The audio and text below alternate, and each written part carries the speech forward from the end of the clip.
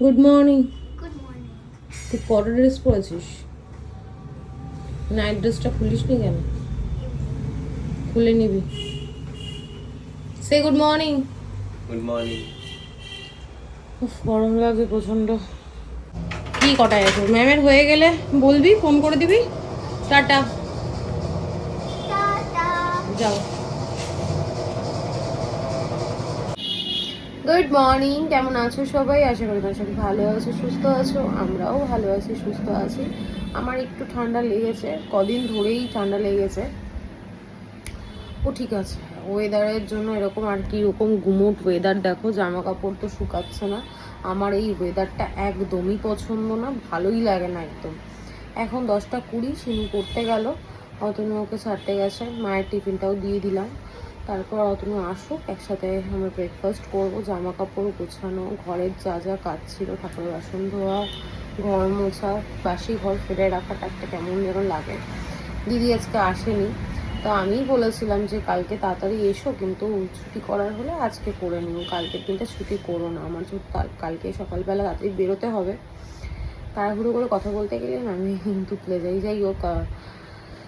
তো ওই জন্য সমস্ত কাজ কমপ্লিট করে দেখো আমাকে দেখে বিধ্বস্ত লাগছে, হাঁপিয়ে গেছি, প্রচণ্ড গরম লাগছে। এরকম ক্লাউডি ওয়েদার, কিন্তু যা গরম প্যাচে একদম ভালো লাগছে না। এখন কিছু করার নেই, এখন একটু রেস্ট নেব, তারপর আবার কাজ। তারপরে ইচ্ছা আছে বিকালবেলা একটুখানি বাজার যাব, পুরী যাব আমরা রথের দিন।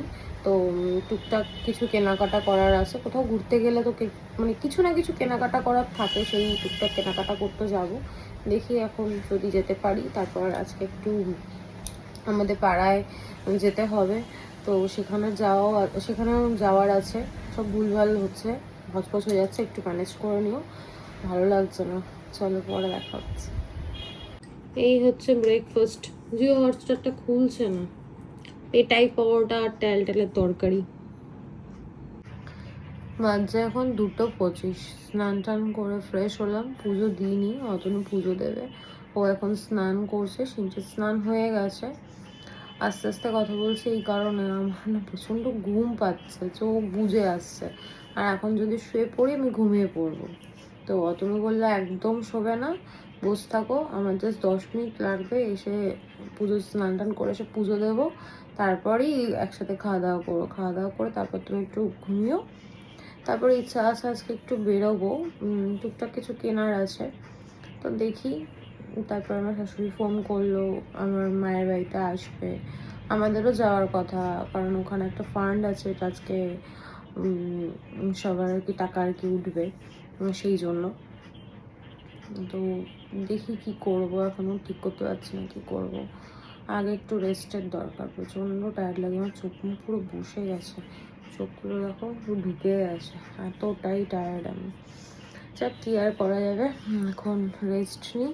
আর কাজকর্ম তোমাদের সঙ্গে কি শেয়ার করবো, এই একই কাজ, ডাস্টিং করলাম, রান্না বান্না তো হয়নি, রান্নাঘর পরিষ্কার করতে হয়নি, এই একটাই আমার কাজ কম ছিল, বাদ বাকি যা রোজকার রুটিনের কাজ তাই সব করতে হয়েছে।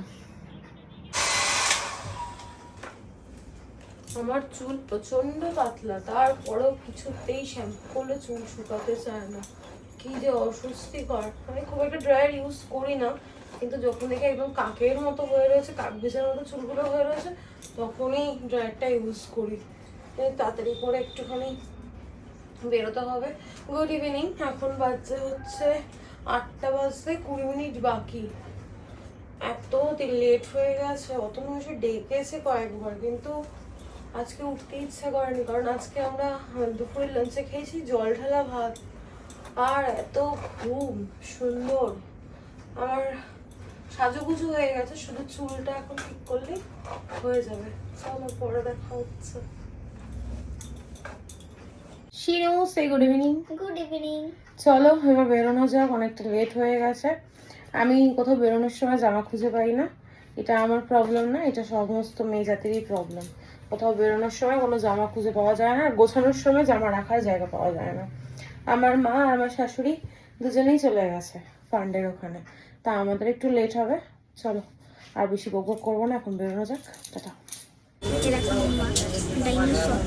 না এগুলো লাগবে না। বাঙালিরা তো এরকমই, খেতে দিলেই শুতে যায়। মিয়ামোড়া থেকে টিফিন, ম্যাঙ্গো, রসগোল্লা, হাঁড়ি, আবার বিরিয়ানি গন্ধটা ভালো বেরিয়েছে। এই বোপরটা একটু খুলে দেখো না গো, কোন দোকানের দিয়েছে, কোন দোকানে দিয়েছে বলতে, খোলো তো একটা, কোন দোকানের দিয়েছে। আলিশান, কেন নাম দিয়ে দিয়েছে সবার নাম, কত টাকা হয়েছে, আলিশানের বিরিয়ানি আছে। সবাই পড়তে জানো, পড়ে নেবে কার কত টাকা হয়েছে। কেউ স্লাইম নিয়ে ব্যস্ত, কেউ ক্লে নিয়ে ব্যস্ত। মা তুমি কি?